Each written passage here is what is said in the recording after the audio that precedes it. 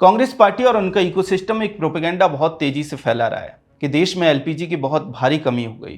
कांग्रेसी IT cell की मुखिया सुप्रिया श्रीनेश से लेकर कांग्रेसी आईटी सेल के बताए जाने वाले तमाम सोशल मीडिया हैंडल तक यही पैनिक क्रिएट करने में लगे दिखाई दे रहे हैं। अजीत अंजुम से लेकर आम आदमी पार्टी के सांसद संजय सिंह तक यही नैरेटिव बना रहे हैं कि देश में एलपीजी की कमी हो गई। मजे की बात यह है कि देश में एलपीजी की कोई कमी नहीं है। आप चाहें तो खुद अभी मिस कॉल मारकर अपने घरेलू सिलेंडर को बुक कर सकते हैं। सवाल है कि फिर प्रोपेगेंडा का आधार क्या है। देखिए, अमेरिका, इजराइल और ईरान के बीच पिछले लगभग 11 दिन से युद्ध चल रहा है। अमेरिका पर दबाव डालने के लिए ईरान ने समुद्री जलमार्ग स्ट्रेट ऑफ हॉर्मुज को बंद कर दिया। स्ट्रेट ऑफ हॉर्मुज से दुनिया का लगभग 20% ऑयल पास होता है। भारत अपनी एलपीजी आपूर्ति का बड़ा हिस्सा आयात करता है। दुनिया का दूसरा सबसे बड़ा आयातक एलपीजी का भारत है। इंडियन एक्सप्रेस की रिपोर्ट के मुताबिक देश में एलपीजी आयात का 80% स्ट्रेट ऑफ हॉर्मुज से निकलते हुए भारत आता है। अब चूंकि वो बंद है, इसलिए इसका प्रभाव भारत पर भी पड़ सकता है। हालांकि भारत की कूटनीति की सफलता ये है कि मीडिया रिपोर्ट्स के मुताबिक भारत के लिए ईंधन ला रहे तेल टैंकर और मालवाहक जहाज स्ट्रेट ऑफ हॉर्मुज से निकलने दिए जा रहे हैं। अब आप समझिए, भारत की युद्ध में कोई भूमिका नहीं है। भारत स्ट्रेट ऑफ हॉर्मुज को कंट्रोल नहीं करता। इसके बाद भी भारत अपनी एनर्जी की सप्लाई को बाधित होने से रोकने के लिए प्रयास कर रहा है, जिससे कि देश में एलपीजी की शॉर्टेज ना हो। इन्हीं प्रयासों में भारत सरकार ने आदेश जारी करते हुए देश की ऑयल रिफाइनरी कंपनियों को एलपीजी प्रोडक्शन बढ़ाने के घरेलू उपभोक्ताओं को प्राथमिकता देने के आदेश दिए हैं। गैर घरेलू सेक्टर्स को कितनी जरूरत है उसकी जांच के बाद ही डिलीवरी करने के आदेश दिए हैं। इसके साथ ही ये प्रावधान भी किया गया है कि घरेलू उपभोक्ता 25 दिन बाद ही गैस सिलेंडर बुक कर सकेंगे। सरकार ने ये आदेश एसेंशियल कमोडिटीज एक्ट 1955 के अंतर्गत जारी किए हैं।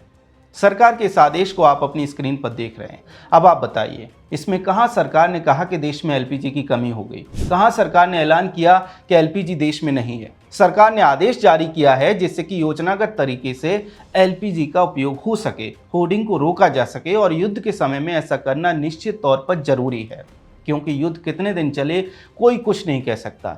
ऐसे में सरकार अपने देश के नागरिकों के लिए निश्चित तौर पर सभी जरूरी एहतियाती कदम उठाएगी। इसमें न सिर्फ आपूर्ति को सुनिश्चित करना है, होर्डिंग को रोकना है, बल्कि दूसरे देशों से एलपीजी आ सके इसके लिए भी सरकार का प्रयास शामिल है, जो कि सरकार लगातार कर रही है। इसे एहतियात के तौर पर उठाए गए कदम कहते हैं। ये दिखाता है कि सरकार भविष्य की चुनौतियों के लिए भी एक्शन मोड में काम कर रही है। लेकिन कांग्रेसी गिद्ध इकोसिस्टम तुरंत पैनिक क्रिएट करने पर उतारू हो जाता है। इकोसिस्टम के पेड़ पर एक से बढ़कर एक गिद्ध बैठा है। वो तो अच्छा है कि ये गिद्ध अंग्रेजी में लिखते और बोलते हैं। अगर हिंदी में लिखते तो पता नहीं देश में अब तक कितनी बार अराजकता फैला चुके होते।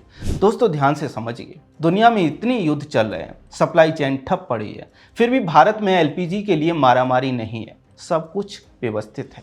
लेकिन वे दिन भी इस देश ने देखे हैं जब बिना किसी युद्ध के, बिना किसी सप्लाई चेन के बाधित हुए कई दिनों तक इंतजार लोगों को एलपीजी के लिए करना पड़ता था।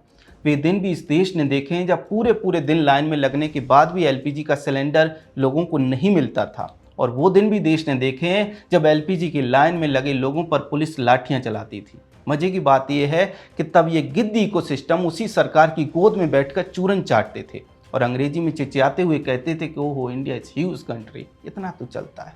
आज दुनिया भर में युद्ध हो रहे हैं, सरकार जरूरी कदम उठा रही है, तब इनकी चोंचें अराजकता फैलाने के लिए खुल रही हैं। खैर, सवाल ये भी है कि ये गिद्ध अब पेट्रोल और डीजल क्यों नहीं पीते, मतलब पेट्रोल और डीजल पर क्यों नहीं बोलते। भारत तो पेट्रोल डीजल के लिए भी आयात पर निर्भर है। 11 दिन से युद्ध चल रहा है, लेकिन अब तक देश में पेट्रोल डीजल पर 1 रुपया नहीं बढ़ा। समझ रहे हैं आप कितनी बड़ी बात है ये? मतलब पड़ोसी देशों में पेट्रोल और डीजल के दामों में ब्लडबाथ मचा है, हाहाकार मचा है। वहाँ के देशों के लोग महंगाई के बोझ से मर रहे हैं। पाकिस्तान में पेट्रोल के दामों में 55 रुपए प्रति लीटर की बढ़ोतरी हुई है। पड़ोसी देशों की बात करें तो श्रीलंका में पेट्रोल 317 श्रीलंकाई रुपए प्रति लीटर, बांग्लादेश में 132 टका प्रति लीटर और नेपाल में 182 रुपए नेपाली प्रति लीटर है।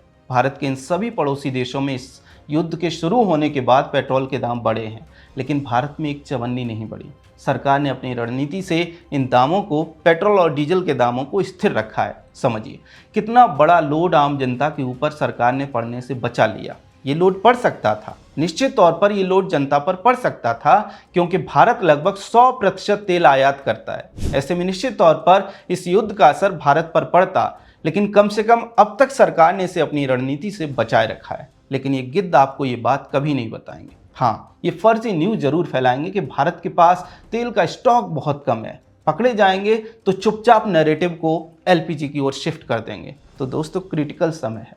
रूस यूक्रेन युद्ध जारी है, यूएस इजरायल और ईरान युद्ध जारी है, अमेरिका में ट्रंप बैठा है जिसका कोई भरोसा नहीं कि कब क्या कर दे।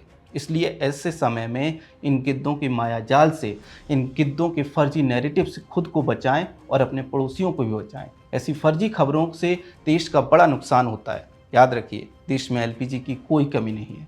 आप चाहें तो जैसा कि मैंने कहा, खुद से अभी अपना सिलेंडर बुक कर सकते हैं। खैर, कांग्रेसी इकोसिस्टम के इस प्रोपेगेंडा को लेकर आपका क्या कहना है, कमेंट सेक्शन में हमें ज़रूर बताएं। अगर आपको हमारा कंटेंट पसंद आता है तो हमारे चैनल को सब्सक्राइब भी कर लें। जय हिंद।